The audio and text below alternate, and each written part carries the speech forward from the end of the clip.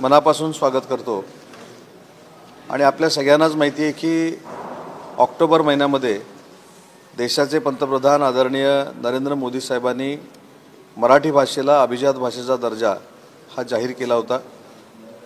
आज आम्ही त्याच पार्श्वभूमीवर देशाचे सांस्कृतिक मंत्री गजेंद्रजी शेखावत साहेबांना भेटलो आणि अधिसूचना जी मराठी भाषेची निघायची होती त्या संदर्भात आम्ही सकाळी त्यांच्याबरोबर चर्चा केली। माझ्यासमवेत अभिजात भाषेचा दर्जा मिळण्यासाठी जी समिती होती त्याचा पाठपुरावा करणारी जी समिती होती ते ज्ञानेश्वर मुळे साहेब देखील होते, साहित्य मंडळाचे अध्यक्ष सदानंदजी मोरे होते, आमचे उपाध्यक्ष ढवळ सर होते आणि ज्यांनी हा प्रस्ताव पाठवला ते ज्येष्ठ साहित्यिक रंगनाथजी पठारे यांच्या संमतीनं आज आम्ही शेखावत साहेबांची भेट घेतली आणि मला सांगताना आनंद आहे की काही वेळापूर्वीच माननीय शेखावत साहेबांनी मराठी भाषेला अभिजात भाषेचा दर्जा जो दिलेला आहे त्याची अधिसूचना आमच्याकडे म्हणजे महाराष्ट्राच्या जनतेकडे सुपूर्द केलेली आहे आणि म्हणून सुरुवातीलाच मी माननीय नरेंद्र मोदी साहेबांना आणि सांस्कृतिक मंत्री शेखावत साहेबांना मनापासून धन्यवाद देतो की आमच्या महाराष्ट्राच्या जनतेचं आणि विशेषतः मराठी भाषिकांचं जे स्वप्न होतं ते आज परिपूर्ण होतंय आणि अधिकृतरित्या परिपूर्ण होतंय। यानंतर आम्ही शेखावत साहेबांशी ही देखील चर्चा केली की येत्या 8 ते 15 दिवसामध्ये अभिजात भाषेचा दर्जा मिळाल्यानंतर जे काही बेनिफिट्स मिळतात त्यासाठी आम्ही प्रस्ताव सादर करू।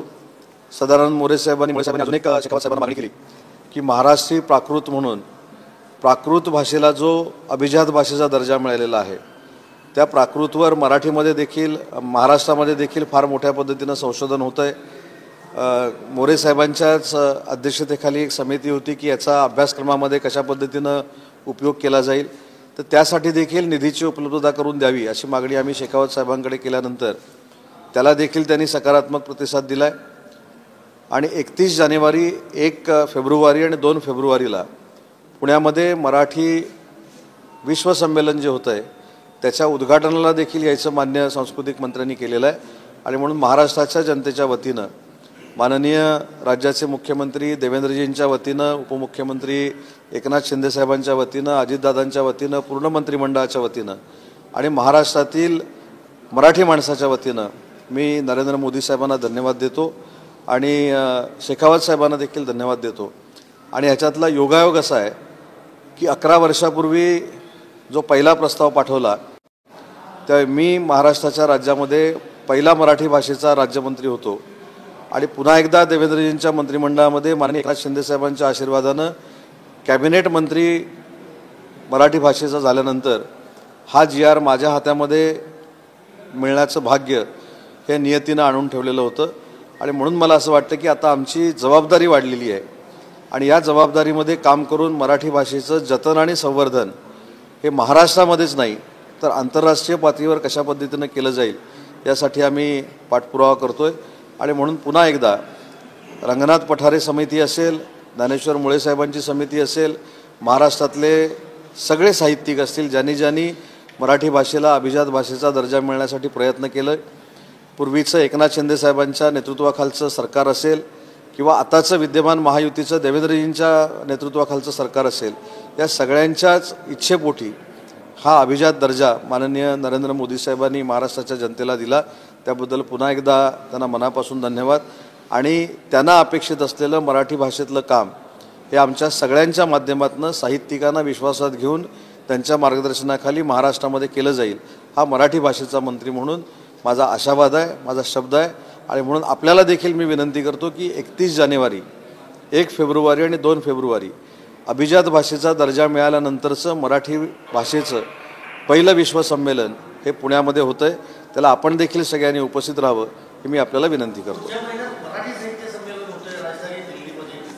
आणि त्या पार्श्वभूमीवरती मिळालेलं मराठी भाषेचा अभिजात दर्जाची प्रत कसं बघते सगळ्यांनी?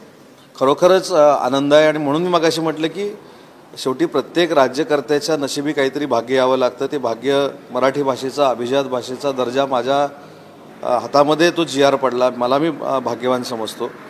आणि या साहित्य संमेलनामध्ये देखील महाराष्ट्र शासन नक्की हिडन राहील, त्याच्यामध्ये काही राजकारण करणार नाही. परंतु जी काही राजकीय ताकद मी म्हणणार नाही, परंतु शासनाची ताकद जी काही उभी करायची आहे या दिल्लीतल्या साहित्य संमेलनाच्या मागं, ती आम्ही नक्की करू.